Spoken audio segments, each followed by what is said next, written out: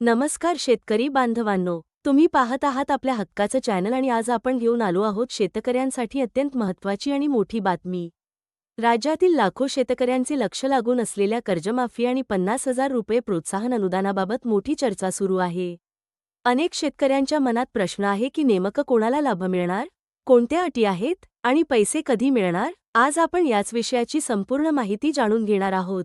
सर्वप्रथम थकबाकीदार शेतकऱ्यांबाबत बोलायचं झालं तर 2019 मध्ये महात्मा ज्योतिराव फुले शेतकरी कर्जमुक्ती योजनेचा लाभ घेतलेल्या शेतकऱ्यांना पुन्हा एकदा मोठा दिलासा मिळू शकतो अशी चर्चा सुरू आहे। मात्र इथे एक महत्त्वाची अट आहे। संबंधित शेतकऱ्याने 1 एप्रिल 2019 ते 31 मार्च 2025 या कालावधीत पीक कर्ज घेतलेले असणे आवश्यक आहे। तसेच हे कर्ज 30 सप्टेंबर 2025 पर्यंत थकीत असणे आवश्यक आहे। अशा पात्र शेतकऱ्यांना 50,000 रुपयांपर्यंत लाभ मिळू शकतो। परंतु इथेच अनेक शेतकरी चूक समज करून घेत आहेत। 50,000 रुपये थेट खात्यात जमा होणार नाहीत। जर शेतकऱ्याची थकबाकी 50,000 रुपयांपेक्षा जास्त असेल तर त्याला नियमानुसार उर्वरित रक्कम भरावी लागू शकते। उदाहरणार्थ, एखाद्या शेतकऱ्याचे 2 लाख, 4 लाख किंवा 5 लाख रुपये कर्ज बाकी असेल तर त्याला आवश्यक प्रक्रिया पूर्ण केल्यानंतरच लाभ मिळू शकतो। आता पाहूया नियमित कर्जफेड करणाऱ्या शेतकऱ्यांबाबत।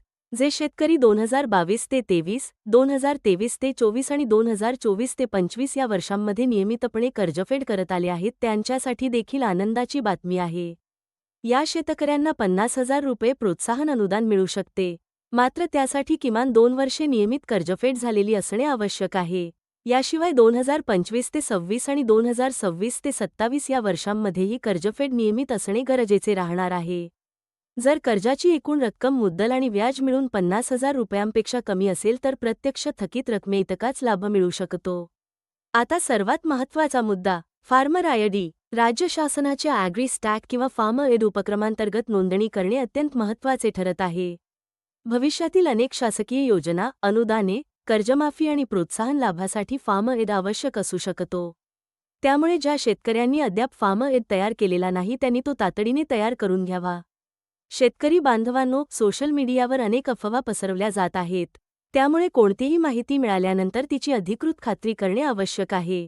शासनाचा अंतिम निर्णय, अधिकृत GR आणि बँकेच्या सूचनांनुसारच पात्रता निश्चित केली जाईल। आम्ही वेळोवेळी तुमच्यापर्यंत अधिकृत माहिती पोहोचवत राहू। त्यामुळे चॅनलला सबस्क्राईब करा, व्हिडिओ लाईक करा आणि ही माहिती जास्तीत जास्त शेतकरी बांधवांपर्यंत पोहोचवा। मी पुन्हा भेटेन अशाच महत्त्वाच्या अपडेट्ससह। धन्यवाद। जय जवान, जय किसान।